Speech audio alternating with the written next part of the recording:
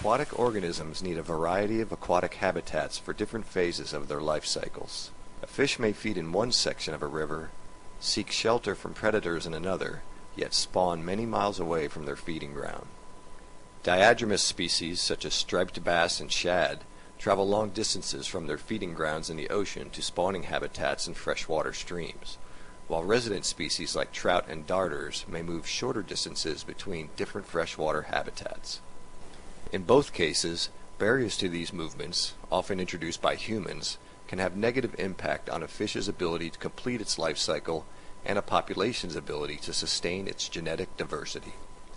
The Southeast Aquatic Connectivity Assessment Project, or SEACAP, aims to help identify which dams in the South Atlantic Landscaped Conservation Cooperative's region have the greatest adverse impact on aquatic connectivity.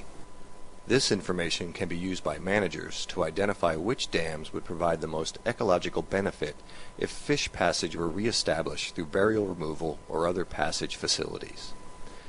The SEACAP team is spearheaded by staff from the Nature Conservancy's Eastern Division Conservation Science Group and the Southeast Aquatic Resources Partnership. These researchers include Colin Apps, Eric Martin, and Anna Lee Barnett from TNC, and Scott Robinson, Emily Grandstaff, and Kat Henke from SARP. The team brings experience from related projects, including the Northeast Aquatic Connectivity Project, the Chesapeake Fish Passage Prioritization Project, the North Carolina Dam Removal Prioritization Tool, and the Southeast Flow Alteration Assessment. Throughout the course of the project, we will seek input from experts in the region. This work group will convene early in the project and will meet via webinar to provide guidance at key decision points, assist with data acquisition, and help review draft products. It is our hope that by engaging potential end users throughout the course of the project, we will have a better end product that is useful in planning on-the-ground conservation efforts. The methods we'll be using are grounded in Geographic Information Systems, or GIS, analysis. A first and critical step of this process will be to compile as much information on dams in the SALCC region as possible. This information will come from national and state databases, as well as by modeling dams using the National Hydrography Dataset. Although many other types of structures can be barriers as well, most notably culverts at road crossings, these are much more variable than dams with respect to flow conditions and species affected.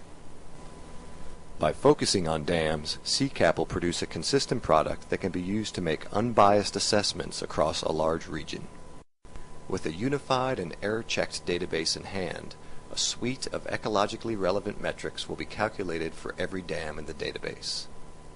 These metrics will include things like the number of miles that would be opened by a dam's removal, the percent impervious surface in its watershed, and the presence-absence of species of interest. Once calculated, relative weights will be applied to each metric, and a simple prioritization scenario can be run.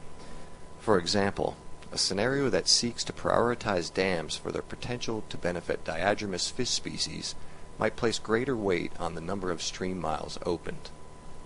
Another scenario that seeks to benefit darters, which thrive in clean, unpolluted water, might place more weight on watershed characteristics like percent impervious surface and percent intact riparian corridors.